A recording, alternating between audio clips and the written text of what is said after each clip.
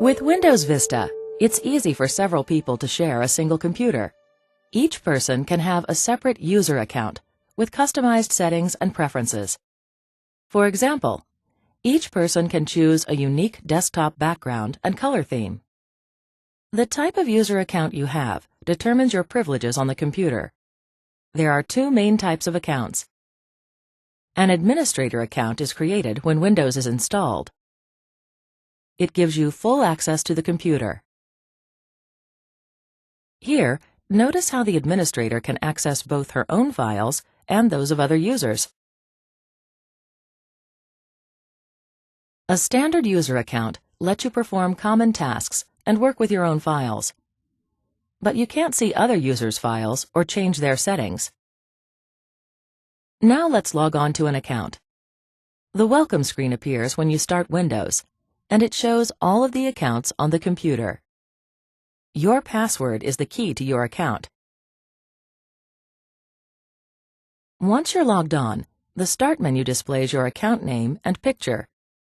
To manage your account settings, you go to the Control panel, click User Accounts and Family Safety, and then click User Accounts. Here you can see that we're currently using a standard account. And here's where you can change your account settings, such as your password or picture. Let's change the picture. Notice that these tasks are marked with a shield. That means they require administrator privileges. For example, when we click Manage Another Account, we're asked to provide the password for an administrator account. Let's do that now. From here, we can change any user's account settings or add new accounts to the computer. Let's create a new account now. You type a name for the account, and then choose the account type. Most people should use a standard account. After you create the account, don't forget to set a password. That prevents others from accessing your user's files. When another person wants to use the computer, you'll need to switch to a different account. To switch accounts, you click here on the Start menu. And then click Switch User. If you don't see this option, click Log Off instead. Back on the welcome screen, you can choose a different account. Here you can see the account we just created. Now you know the basics of working with user accounts.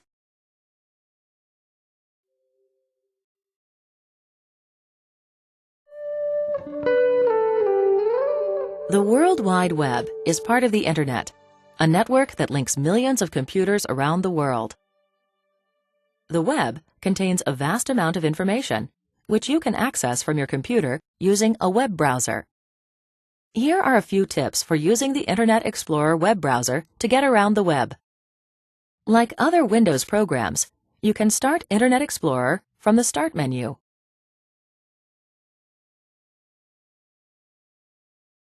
There are millions of websites across the web, and each one has a unique address or URL.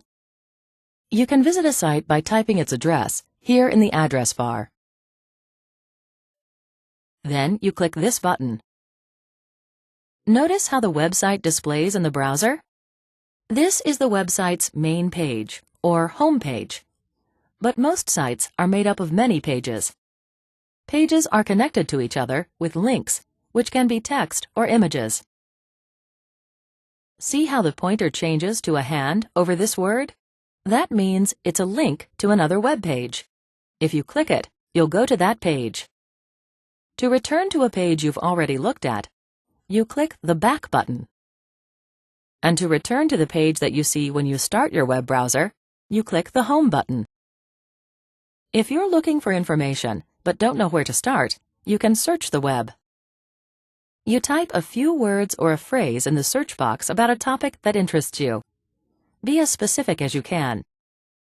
Then, click here. A list of search results appears. Note that you can change which search engine Internet Explorer uses to provide results. When you find a search result that seems relevant, click the link to go to the web page shown in the result. When you discover a web page that you'd like to return to regularly, you can save it as a favorite, so you don't have to remember its address. You click this button, and then click Add to Favorites. After you click Add, it's in your favorites list. To get to the favorites list, you click this button. Here's the page we just added. To open and quickly move between several web pages at once, you can use tabbed browsing. You click here to add a new tab. Type the address for the page you want, and then you can switch between your web pages just by clicking the tabs. A web browser is the only tool you need to explore the web and get quick access to your favorite sites.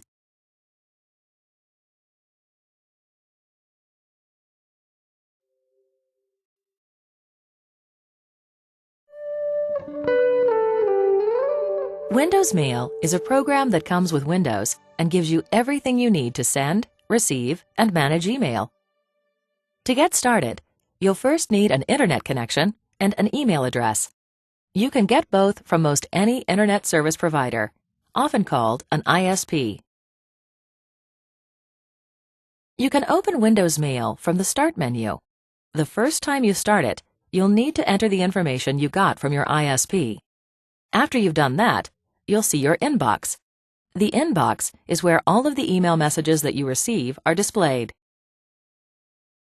Before we look at the messages in your inbox, let's write and send an email to someone. To start a new message, you click Create Mail. Any message you send needs an email address for the person you're sending it to. If you want to send your message to more than one person, you separate each email address with a comma, like this. Here in the subject line, let's add a brief description of the message. And then here, in the message area, let's type what we want to say. If you want to, you can also include files and pictures in your email. To attach a document or picture to your message, you click the Paperclip button and select the file or picture you want to add. How about this one? Notice how the name of the picture appears here. Once you've got everything you want in your message, you can go ahead and send it. If you want to make sure your message was sent, you can look here in your Sent Items folder. A copy of every message you send is saved here, just in case you need it later. Windows Mail automatically checks for and updates your inbox with new email. But you can check for new messages yourself anytime by clicking this button. Looks like a new message has just arrived. See how it has the same subject line with the letters RE? That's how you can tell it's a reply to another message. And this paperclip lets you know that there's a file or picture attached to the message. To open the message, you double-click it. To reply to it, you'd click here. Now let's take a look at the other messages in your inbox and how you can organize them. You can click any column heading, From, Subject, or Received, to sort your messages by that category. To see messages organized alphabetically by who sent them, you click the From button. To see your messages organized by the date you received them, you click Received. The newest messages are on top. Click Received again, and they'll be sorted from oldest to newest. See how this arrow changed direction? Finally, to get rid of a message you no longer need, click the message, and then click the Delete button. All of the messages you delete get moved to your Deleted Items folder. Messages stay in this folder until you permanently delete them. Now you know how to use Windows Mail to send, receive, and organize your messages.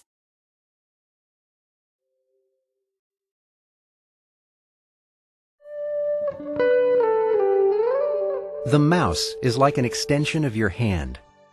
It lets you select and interact with anything on your screen, and makes getting around windows as easy as pointing and clicking. The mouse sits on your desk or table and is designed to fit comfortably in the palm of your hand, with the index finger on the left button. When you move the mouse in different directions, the arrow on the screen follows the same movement. This arrow is called the pointer, and it always follows the movement of the mouse. Keep in mind you can lift the mouse and reposition it if you need to. Now let's see how to click. The left mouse button is used to click, but left-handed people can switch the mouse settings to reverse the buttons. By clicking the Start button, you can open a document that needs some changes.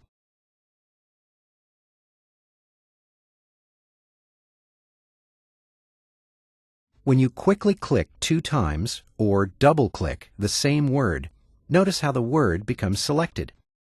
This tells the computer that you want to do something with the selected text, like make it bold. What if you want to select more than just a single word? This entire paragraph, for instance. At the top left of the paragraph, you click and hold down the left mouse button. And with the mouse button still pressed, drag down and to the right across the entire paragraph. After the paragraph is selected, you release the mouse button. See how the paragraph is now selected, like the word was earlier. After selecting the text, you're ready to do something with it. To move this paragraph to another location, you point the mouse over the selected paragraph. Click and hold down the left mouse button, and then drag the paragraph. When it's where you want it, you release the mouse button. This is called dragging and dropping. If your mouse has a scroll wheel, you can use it to move around in a document. To scroll down, you roll the wheel toward you. To scroll up, you roll the wheel away from you. Now that you're comfortable with these basics, let's try right-clicking. Right-clicking means clicking the right mouse button. You can right-click just about anything in Windows, including text, pictures, and icons. When you right-click an item, a menu like this one will display the things you can do with the item, such as opening it, copying it, or deleting it. Remember, point and click. That's all you need to master the mouse. Give it a try.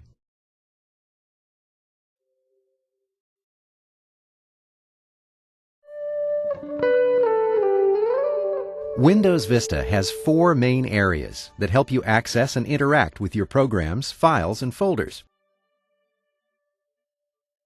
The Start menu, the taskbar, the desktop, and Windows sidebar. Let's look at how you can use each one. The Start button is the best place to begin. You click it to open the Start menu, which gives you access to your programs, files, and folders. This area shows programs you commonly use. You can click any program to open it. This area provides access to frequently used folders, settings, and features. Here you can get to files you've recently opened. And this is where you go to turn off or lock your computer. To see a complete list of all the programs installed on your computer, you click All Programs. And to find programs and files, you can type a search term here. Let's search for WordPad. It's a basic word processing program. The search results appear above the search box. You click a result to open it. Notice how the program displays here on the desktop. This is called a window. You can have several programs running at once, and each will display in its own window. So let's open another program. Notice how each program is represented by its own button on the taskbar. You can click these buttons to switch from one program to another. To make a program fill the entire screen, you click this button to maximize it. To restore the window to normal size, you click the button again. To hide a program while you work on something else, you click this button to minimize it. The program disappears from the desktop, but it's still running. Notice that it still has a button on the taskbar. To show the program again, you click its taskbar button. When you're done using a program, you click the Close button in its window.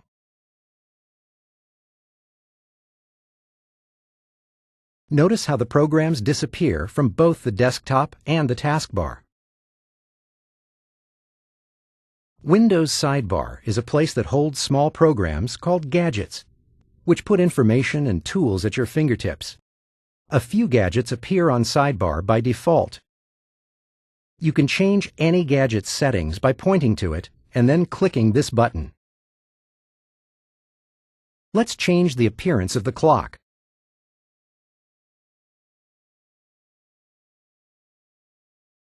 You can also add new gadgets to Sidebar.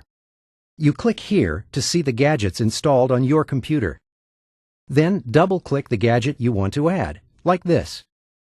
If you want, you can drag a gadget to the desktop and use it there. Now you know the basics of using the Start menu, Desktop, Taskbar, and Sidebar.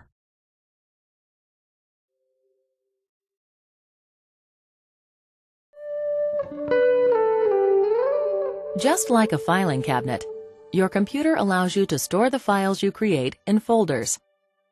Those folders can hold not only files, but also other folders. The Start menu provides access to several folders that you can use to organize your files, including the Documents, Pictures, and Music folders. Let's open the Pictures folder. Notice how the address bar identifies the folder we're in. The files contained in this folder are shown as icons here in the file list. You can change the size of the icons using the Views button. Let's make them a little bigger. When you select a file, you can see information about it in the Details pane here. As your number of files increases, you might want to create new folders for your different projects. To create a new folder, click the Organize button, click New Folder, and then type a name for the folder. To move a file to it, drag the file to the folder. Open the folder by double-clicking it. You can click the Back button to return to the previous folder. If you think you'll use a folder frequently, drag it to the Favorite Links area. These links let you open folders quickly, no matter which folder you're currently in. Now that you know how to work with folders, let's see how to save a file. When you create a file, such as a report, you can save it by using the File menu. This program saves files in the Documents folder, but you can pick another location if you prefer. Type a name for the file here, and then click Save.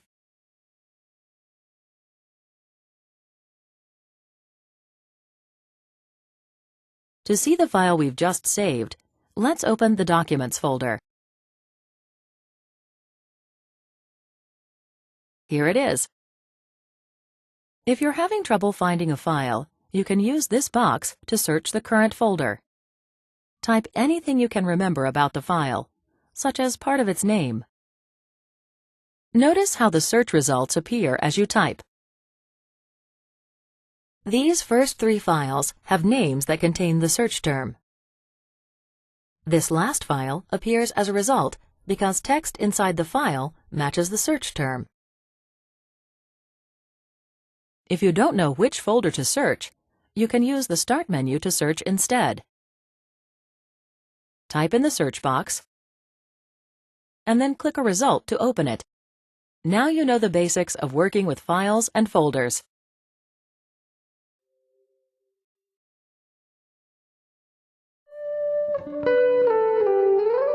Printers are devices that print text and graphics from your computer onto paper.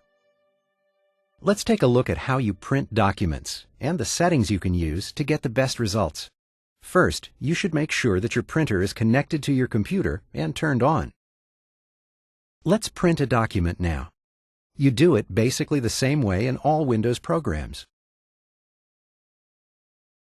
The print command is usually on the File menu. So to print a document, you click the File menu and then click Print. But before we print, let's look at some of our options. If your document has several pages, you can choose exactly which pages you want to print. Say you want to print only the first 5 pages. Here next to Pages, you would type 1-5. If you wanted to print just the second and fourth pages, you would type 2-4, like this.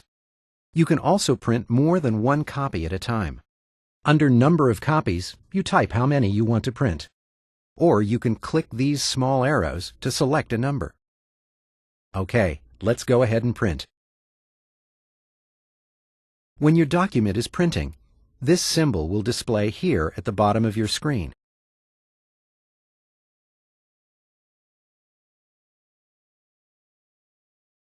Another thing you might want to do is change how your document is positioned on the paper. In most programs, you can change the positioning, which is called the orientation, by clicking Page Setup on the File menu.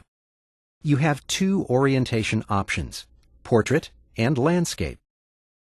Portrait orients the page for vertical viewing, like this.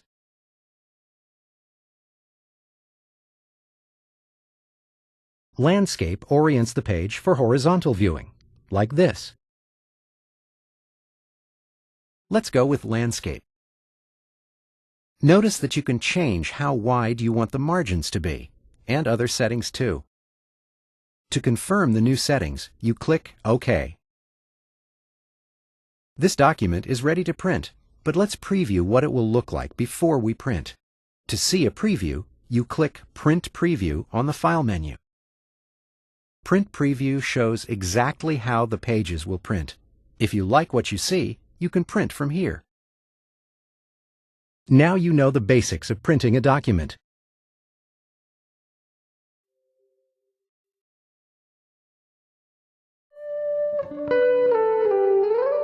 To get the most out of your software programs, you should know how to find, start, install, and remove them from your computer.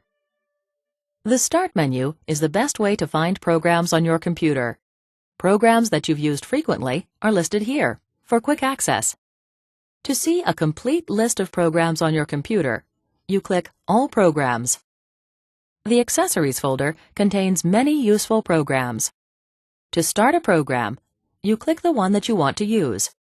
Notice how it opens in its own window. You can also start a program by double-clicking a file that uses that program. For example, double-clicking this document opens WordPad, a word processing program that comes with Windows. Most programs contain menus that you use to select commands. To open a menu, you click the menu's title. And to choose a command, you click it. Let's click New to create a new document.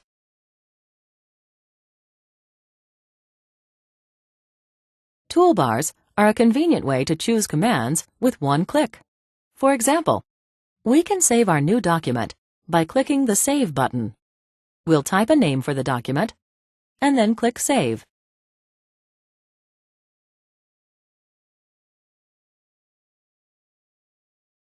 The Start menu makes it easy to find documents you've used recently. Here's the one we just saved. You can also use the Start menu to search for programs. You type part of the program's name in the search box, and then click a search result to open the program. We now have several programs running at once. See how all of them are shown here on the taskbar? To switch to any program that's running, you click its taskbar button, like this. And to hide a program, or minimize it, you click here. It will stay minimized on the taskbar until you need it again.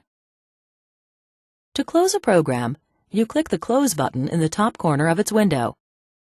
Notice how its icon is removed from the taskbar. The programs we've used so far came installed on Windows, but you can install other programs too. Most programs you get will come on a CD or DVD, or can be downloaded from the internet. If it's on a CD or DVD, You put the disk in the drive and follow the instructions that appear on your screen.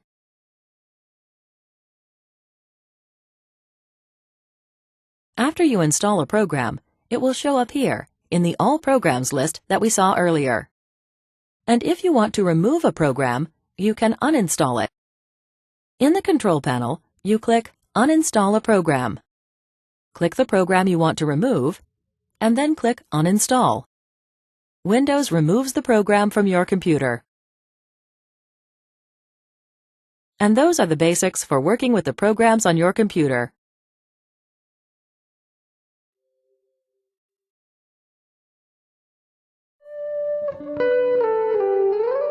Windows gives you several ways to help protect your computer from internet threats, such as hackers and viruses. To get to the security options for your computer, open the Control Panel and then click Security. The best place to start is the Security Center. It's the quickest way to check your computer's security status and fix security problems. See how the lights for firewall, automatic updating, and malware protection are either green, yellow, or red? The colors indicate the security status of each area. First, there's the firewall, which is built into Windows. Here we can see that it's already on, which is the recommended setting.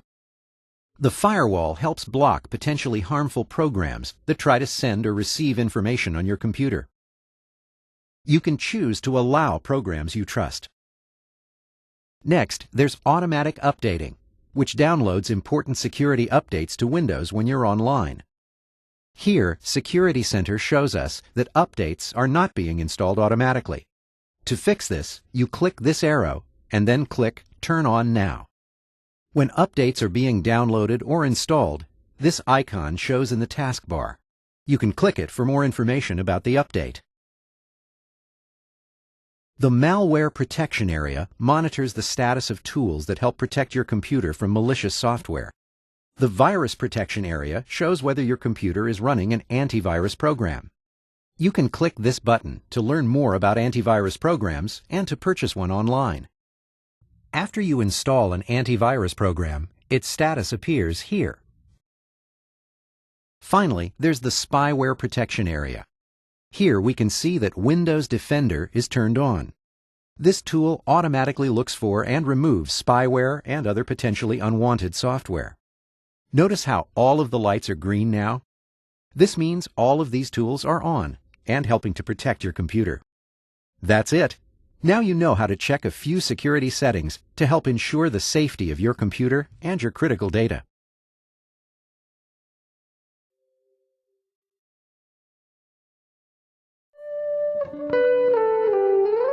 If you're not familiar with computers, you're probably curious about the basic parts and how they work together. Computers come in different sizes and shapes. Laptop computers are small, lightweight machines that can run on batteries, so you can take them anywhere.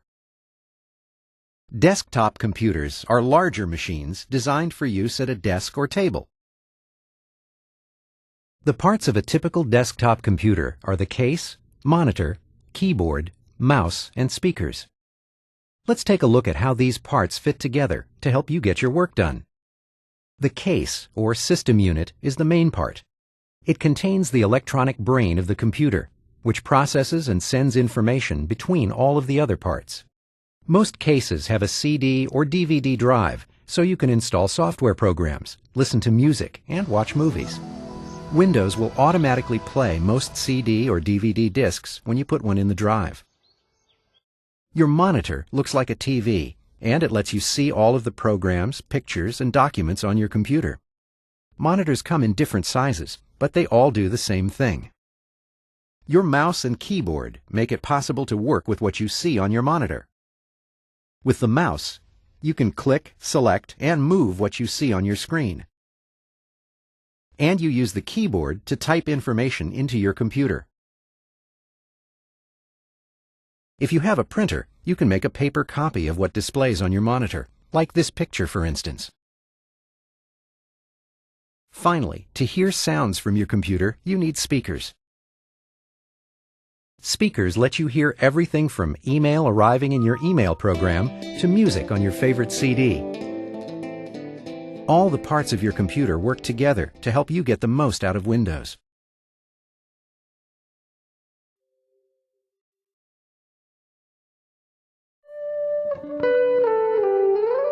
If you ever have a computer problem or a question about Windows, you'll need to know how to get the right help. The first place to go for help with a problem is Windows Help and Support, which you can get to right here on the Start menu. If you're connected to the Internet, make sure that Help and Support is set to search online content. That ensures you're getting the most current information available.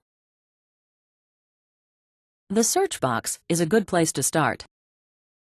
First, type a few keywords about your problem. Then click this button. The topics that match your keywords will appear here. To open a search result, click its title. You can click any section to expand it. To get back to the results list, click the Back button. When you open some results, you'll see this blue compass.